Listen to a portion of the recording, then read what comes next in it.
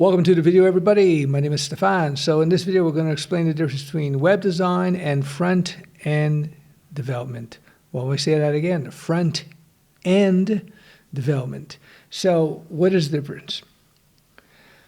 Web design is building a website that has very little functionality, meaning it's not a web app like a Facebook or Google Maps or something. It's like a branding site, where you have the visual component is laid out by the web designer. They make it look good. They make it easy to navigate. It's more about the visuals of it all. Think of like a glorified brochure. Whereas a front-end developer is somebody who uses the same languages and technologies that a web designer uses. That means HTML5, CSS3, and JavaScript. The difference is a front-end developer, his or her main job is to actually develop an application out of that web page or that website. What do I mean by application? It's a program. A front-end developer would develop something like a Facebook, an Instagram, et cetera, et cetera, et cetera. Something that runs in a web browser that does something, a shopping cart-based system. Shopify, for example, is something that a front-end developer would work on in terms of building the functionality, building the things that it does. In the case of Shopify, adding things to a shopping cart. It doesn't have to be Shopify, it could be any shopping cart system. Whereas the web designer would be used to create the visual component of the website. So for example, I'm going to show you right here is StudioWeb.com, which is the branding end of the StudioWeb system. This site does have a little bit of functionality, where you have a form where you could request to book a quote if you're a school or an individual. And but the main point of that site, StudioWeb.com, is to just present information to you. There is coding involved, there is HTML and CSS, a little bit of JavaScript, but your main job as the web designer is to make it look good, make things easy to find. Whereas we flip over to the StudioWeb.com web app, there is design, of course, because it's got to look good, it's got to be easy to navigate, but the front-end developer is going to be doing a lot of work there to add the functionality. So that, for example, the front-end developer would write the code to check to make sure that you're inputting the right answers when you're doing the Q&A session, et cetera, et cetera, et cetera. So if you haven't picked up on it, there is a crossover in terms of what the web designer does and the front-end developer does, but it's two different things, really. Now, why do they call it front-end development? Well, it has to do with the way any website and any web app is built. There is a front-end component, meaning all the code that runs inside of a web browser, which is your HTML5, your CSS, and JavaScript code. And then there's also the back-end code, which is all the code that sits on the server. If you check my YouTube channel, you can find videos where I go into detail explaining the differences. So let me answer the question that I'm sure a lot of people are wondering about. What is better to get into? Number one, it depends on what type of work you like to do. Do you like to work on problems of logic? You like to get dirty into code to create functionality? Then front-end development would be better for you.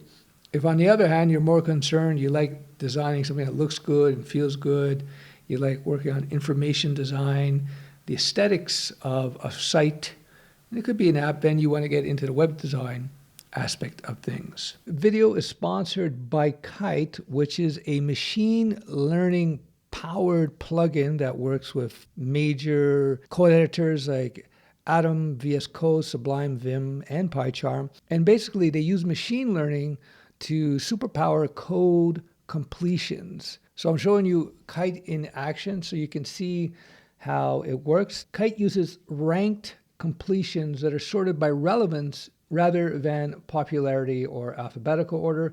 Kite has line of code completion, so it completes a full line of code. They have something called intelligent snippets, which is an advanced function call experience using machine learning to suggest placeholder values. Finally, if you look on the right-hand side, as the cursor moves, you see an example of something called Copilot, which basically displays the docs relative to wherever your cursor happens to be. One of the big selling points for me about Kite is that it will reduce the number of lines of code that you write by as much as 50%. As you know, I don't take many sponsors, so this is a worthwhile product to get into, and it's free. Link is below.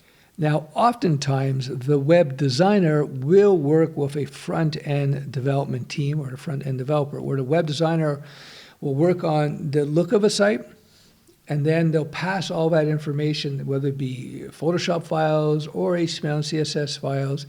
They'll give these files to the front-end developer, who will then take those files and implement it into a web app or a website where they're going to use that code that the web designer provided, and they're going to implement that, meaning implement is a nerd's word to mean they're going to use that code and build out the functionality that the site provides. So for example, when we recently reskinned the StudioWeb.com website, that's exactly what happened. I have one guy who's really good at design, how to make it look good, and knows how to place things, understands colors and fonts and alignment, and knows a bit about information design, so they're able to offer good ideas about where to position things, not only for the branding site, StudioWeb.com, but also for the actual application site, which is the school.studioweb.com, which is where you actually do all the training. So they work together. So oftentimes the web designer will hand off files to the web developer, the front-end developer, who will then implement those files. Front-end developers oftentimes, besides writing raw code like HTML5, CSS3, and JavaScript, they'll also use a web framework, a front-end web framework, the most popular being React, JS, AngularJS, and of course, Vue.js. And these frameworks, React, Vue, etc., these are just libraries of code that makes it a lot easier for you to turn a basic web page. In the old days, we used to call these basic web pages static websites or static web pages. Static means it doesn't change. By using these libraries, you can turn a basic web page into a web app, and that's what a front-end developer does. Development is a generalized term that means programmer. They develop as in you're developing. Think of the word development in the pure English sense. When you're in development, means you're progressing, you're moving forward. A front-end developer or somebody who is doing front-end development is a term that means programmer. And there you go. Which one you choose depends on, again, what type of work you like to do, the job opportunities out there, and of course your training. If you're going to be doing freelance work, then you're better off web design probably. Although I recommend if you want to do freelance, you should become full stack with some concentration, meaning you should know the design end if you could, plus do the back end, a little bit of back end. Of course, if you're weak on the front end, on the design, and stronger on the back end, you could just use templates or partner with a designer type if you're going to go freelance and vice versa. But I'll leave that to another video. I hope that helps. Bye-bye.